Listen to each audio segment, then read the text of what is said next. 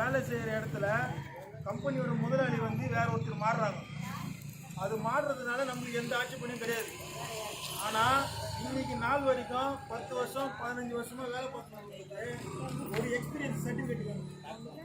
அந்த சர்டிஃபிகேட் இருந்தால் தான் இந்த இந்த ஸ்கூலில் நமக்கு திரும்பி வேலை கொடுக்கணும்னா கூட நம்ம வெளியில் எங்கன்னா போய் குறைக்கிறதுக்கு கூட நமக்கு அதுதான் செல்லும். ரெண்டாவது, அந்த தொழிலாளர் சட்ட பிரகாரம் சொல்கிறது என்னென்னா, குறைஞ்சது 5 வருஷம் ஒரு ஆள் ஒரே இடத்துல வேலை பார்த்து அதிகமாகிடுச்சு 6வது வருஷம் அவங்க வேலை பார்க்குறாங்கன்னா அவங்களுக்கு வந்து பணிக்கூட என்ற கிராஜுவேட்டி கொடுக்கணும். அதுதான் வந்து அட்மின் ரோலில் இருக்கிறவங்க தான் இருக்குது தவிர நம்ம எஸ்எம்எஸ் ஸ்டாஃப் யாருக்கும் கிடையாது. அவங்க வரணும் போகணும் வந்து நிர்வாகத்துக்கு எதிரான ஆளுங்க கிடையாது.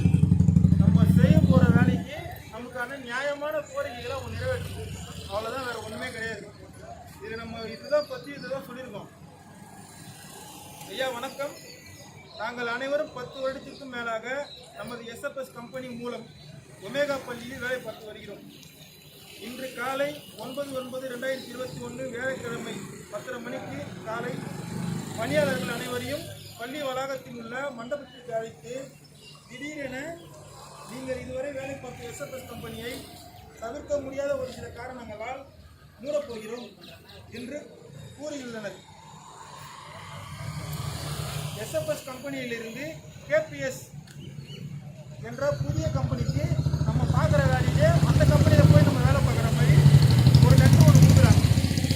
அந்த லெட்டரில் வந்து புதுசாக வேலைக்கு நம்மளை எடுத்துக்கிறோம் அப்படின்ற மாதிரியும், ஏற்கனவே வேலை செஞ்சிருந்த எஸ்எஃப்எஸ் அந்த கம்பெனியிலேருந்து நானே என்னோட சுய விருப்பத்தோட என்னோட சொந்த காரணங்களுக்காக இந்த எஸ்எஃப்எஸ் தொழிலாளர்லேருந்து முதலாளிகிட்டேருந்து நான் வேலையை வீட்டுக்கு போகிறேன் அப்படின்ற மாதிரி நீங்கள் ஒத்துக்கிற கையெழுத்து போடுங்க அப்படின்னு அவங்க நம்ம கிட்ட ஒரு லெட்டர் கொடுத்துக்கிறாங்க.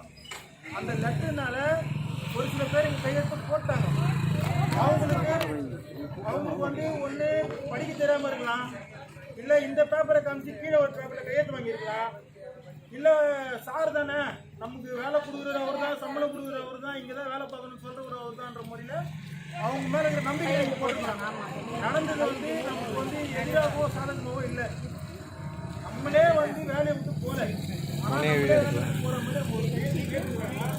அந்த கையெழுத்தை வந்து ஒரு சில பேர் போடல, ஒரு சில பேர் போட்டாச்சு. இப்போ அந்த கதைக்கு நம்ம வேணாம். இப்போ நம்ம அடுத்தது என்ன சொல்ல வரோன்னா, இந்த கையெழுத்தை வந்து முறையாக அவங்க வாங்குறது நல்லதாக கெட்டதாக நமக்கு தெரியாது, நமக்கு நாலேஜ் கிடையாது, சரிங்களா? அதனால் ஏற்கனவே வேலை பார்க்குற எஸ்எஃப்எஸ் கம்பெனியில் எத்தனை வருஷம் யார் யார் வேலை பார்த்தாங்களோ அவங்களுக்கு எக்ஸ்பீரியன்ஸ் சர்டிஃபிகேட் தரணும். அது இல்லாமல் அவங்களுக்கான பணிக்கூட கிராஜுவேட்டி என்னவோ அவங்களுக்கு கணக்கு பண்ணி கொடுக்கணும். அது வந்து அரசாங்கம் அறிவிச்சா காசு கொடுத்தா போதும். இந்த 1 மாதம் சம்பளம் 2 மாதம் சம்பளமோ அப்படிலாம் தேவையில்லை. இல்லை வருஷத்துக்கு வந்து 1 மாதம் சம்பளம் கணக்கு பண்ணி 10 வருஷத்துக்கு 10 மாதம் சம்பளம் தராங்களா அப்படின்றத வந்து நடைமுறை சட்டத்தில் என்ன இருக்கோ அதை கொடுத்தா போதும். அதிகமாக நமக்கு காசு தேவையில்லை. ரெண்டாவது வந்து இப்போ இவங்க புதுசாக வந்து நீங்கள் இந்த விஷயத்தை பற்றி அடிக்கடிக்கு நீங்கள் பேசணுன்றதுக்காக இஎஸ்ஐக்கு வந்து வராங்க. ஆக்சுவலாக 30 பேருக்கு மேலே ஒரு இடத்துல ஒருத்தர் வேலை பார்க்குறாங்கன்னா 30 பேர் தொழிலாளிகள் வேலை பார்த்தா அவங்களுக்கு கண்டிப்பாக அரசாங்கம் சொல்கிற சட்டத்திட்டத்தின்படி அவங்க இஎஸ்ஐயும் பிடிக்கணும், பிஎஃப்பும் பிடிக்கணும். ஏன்னா ஒரு கார்டு கொடுக்குறாங்க, இன்சூரன்ஸ் கார்டு.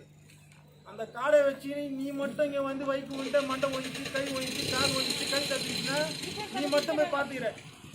ஆனால் இன்றைக்கி அவங்க வந்து ஒரு குடும்பத்தில் இருக்கிறவங்க எல்லாருமே அப்பா அம்மா மனைவி குழந்தைங்களுக்கு யாருக்குன்னா நல்லது கெட்டதுன்னா கூட அந்த இஎஸ்ஐ ஆஃபீஸில் போய் பார்த்துக்கலாம். அதை நம்ம முழு மனசாக வரவேற்கிறோம் அப்படின்ட்டு அங்கேயே கைத்தட்டி அவங்க தெரிவிக்கிறோம். திரும்பவும் இது வந்து நம்ம அவங்களுக்கு ஒரு நன்றியை சொல்லிடுறோம்.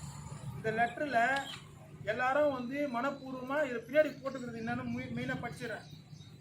முன்பக்கத்தில் எழுதப்பட்டிருக்கும் அனைத்தும் முழுதாக படித்து முழு மனதுடன் ஒற்றுமையுடன் எழுதி கொடுக்கும் கடிதம். இதில் நாங்கள் போடும் கையெழுத்து நாங்களே எழுதி கொடுப்பது தானே தவிர எங்களை யாரும் நிர்பந்தப்படுத்தி போடவில்லை. இப்படிக்கு அனைத்து துறையை சேர்ந்த எஸ்எஃப்எஸ் பணியாளர்கள். அவ்வளோதான். என் மேலே நம்பிக்கை இருந்து கையெழுத்து போட்டுன்னா நீங்களே ஒரு 10 பேர் சேர்ந்து கையெழுத்து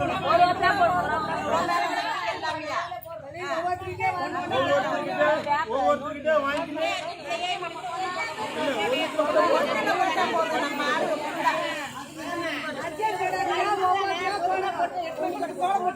நந்தினி